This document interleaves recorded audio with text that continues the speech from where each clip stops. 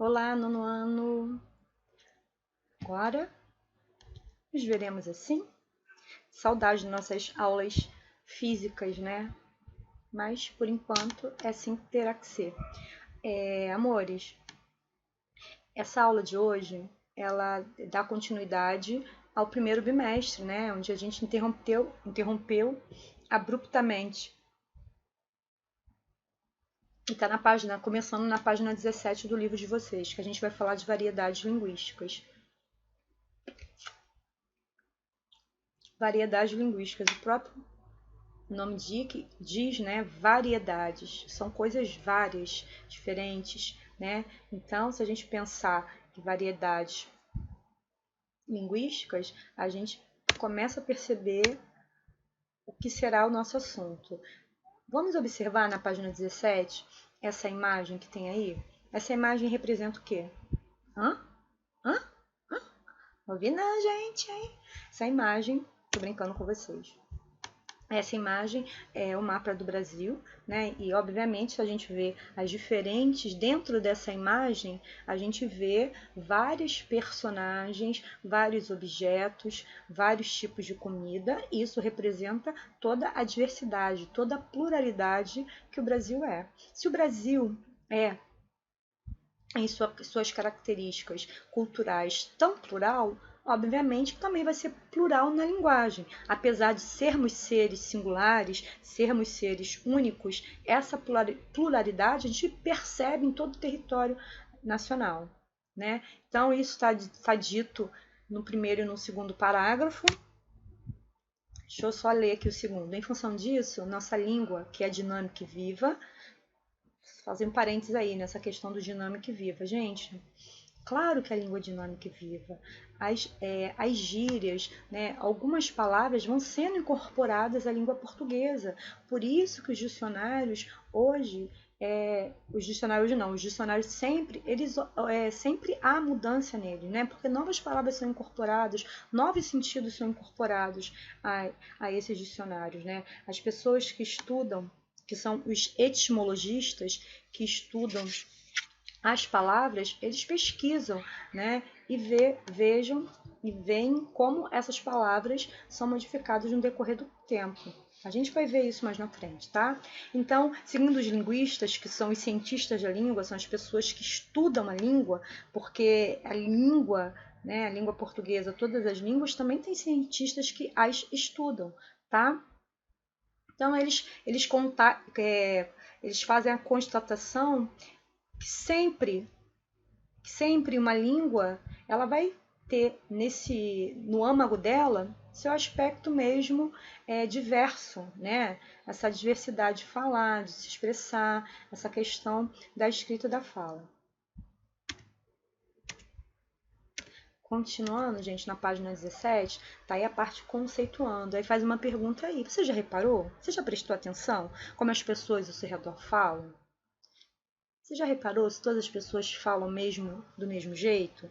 Gente, essas são perguntas retóricas, mesmo porque eu nem posso ouvi-los, né? Mas é pra gente refletir mesmo, né? É pra gente refletir. A gente começar a andar, vamos começar a reparar, né? Agora, neste momento, a gente está enclausurado, a gente está mais em casa, a gente está de quarentena, mas vai ser um exercício para a vida, né? Vamos perceber como essas pessoas falam? É claro que a gente vive numa bolha. Por que eu falo dessa bolha? A gente vive num local, né? Nem todo mundo tem condições, tem acesso a transitar por vários locais, né? Sejam mais pobres ou mais ricos, sejam diferentes estados. Mas qualquer lugar que você for, começa a perceber como que essas pessoas falam, como que aquela lojinha do bairro, como que tá a placa daquela lojinha, como que tá escrito isso. E logo a seguir, gente, ainda na página 17, vem a tirinha do Calvin. E essa tirinha é bem bacana. Tem algumas palavrinhas que vocês vão estranhar, mas depois vocês peguem lá, dá lá uma gulgada e vejam o significado delas. Essa tirinha já começa até pelo emprego do tu, né? Que o carioca usa tu vai, tu fica. A gente usa o tu dessa maneira mais descontraída e informal que não concorda com o verbo. Aí a mãe do Calvin começa. Aonde vais tu, delinquente infante? Haverá ainda vilanias que não tenha cometido? fazes mau juízo de mim. Ajo intempestivamente, e o zefir mais elaborado ostenta mais tramas do que eu. Contudo, não me detenhas, posto que resolvido estou a deixar este lugar incontinente. Como queiras, mas sê sabedor que breve se me revelarão teus intentos. Por ola, vai, seu traste. Confia que sou inocente. Santo palavreado! Será que não tem mais seriado de polícia onde eles falam que nem gente de verdade? Shhh. Então, assim, tem lá ainda delinquente infante, né? Delinquente é aquela pessoa que age de maneira incorreta, né? Infante, que ele tá falando que é criança, né? A gente pode até lembrar do infante Dom Pedro, né? Que ainda que teve que reger o Brasil ainda criança. Claro que com tutela. Aí no segundo quadrinho tá falando esse zefir, gente, é trama de um tecido, tá? Por isso que ele fala trama, ou seja, ele usa essa camisa listrada e tá falando da trama do texto.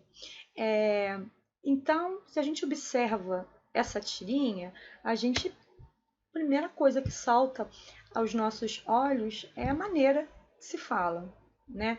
Aí tem lá embaixo da tirinha tá escrito assim: nos 3 primeiros quadrinhos da tirinha, Calvin e a mãe conversam utilizando uma linguagem extremamente elaborada, com um vocabulário mais apurado, com palavras que não fazem parte da nossa comunicação diária.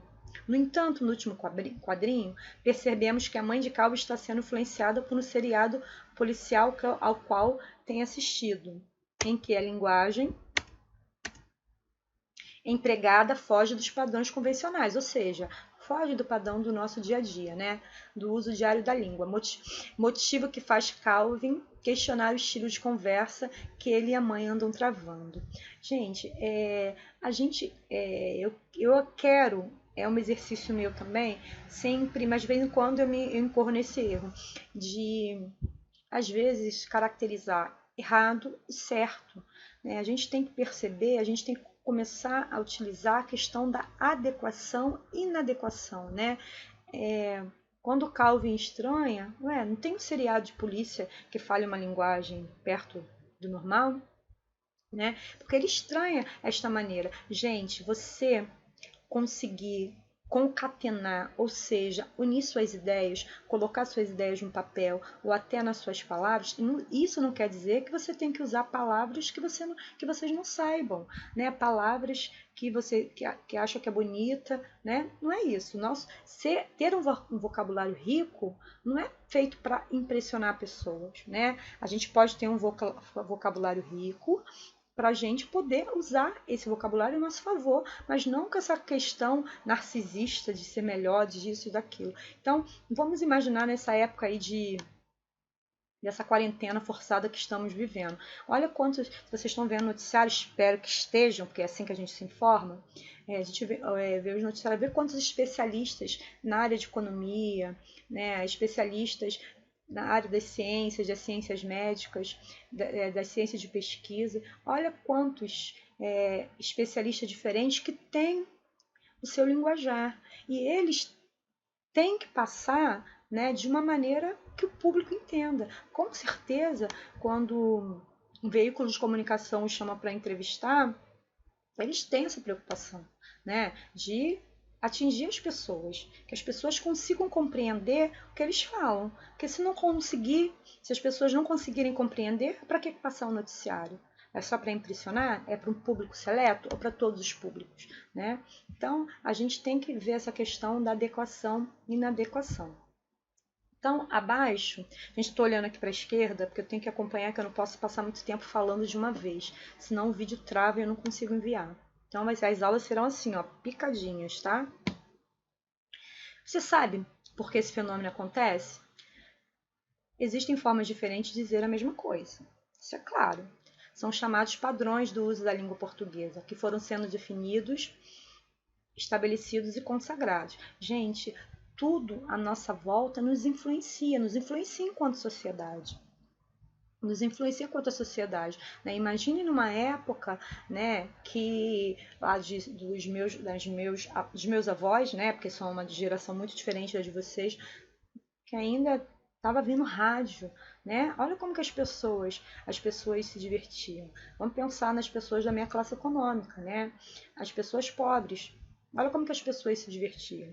Olha como que era o acesso à diversão dessas pessoas, né? Vamos pensar nas pessoas de uma classe econômica distinta, elas poderiam viajar para outros países, né? Então, a gente é influenciado todo o tempo por diversos fatores e isso também funciona aqui na maneira que a gente fala e que a gente escreve, tá?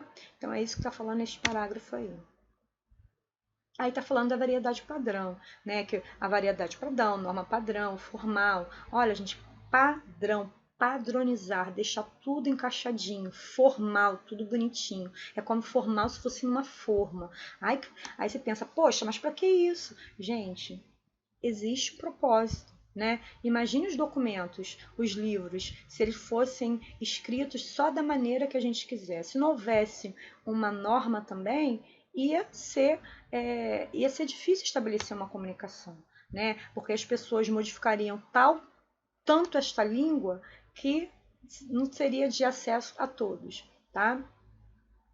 Com essa característica, uma variedade padrão, também chamada de formal, foi ganhando prestígio social, passando a ter maior destaque entre os falantes que tinham acesso à escola e à cultura. Ou seja, imagine as pessoas que não têm escolaridade, né? A gente sabe que no Brasil ainda tem uma taxa de analfabetismo alta. Mas se a gente pensar no século XX, né? A gente está no século XXI, a gente pensar no século XX, essa taxa era enorme, né? Então, imagina, se as pessoas não eram escolarizadas, não tinham acesso à cultura, né, a ver um filme, a ler um livro, né, a poder viajar, fazer alguma coisa, essa linguagem ficava muito rudimentar, né? Então, a variedade padrão realmente foi padrão, né? Como se fosse a linguagem tem até a ver com uma classe econômica nesse sentido, né?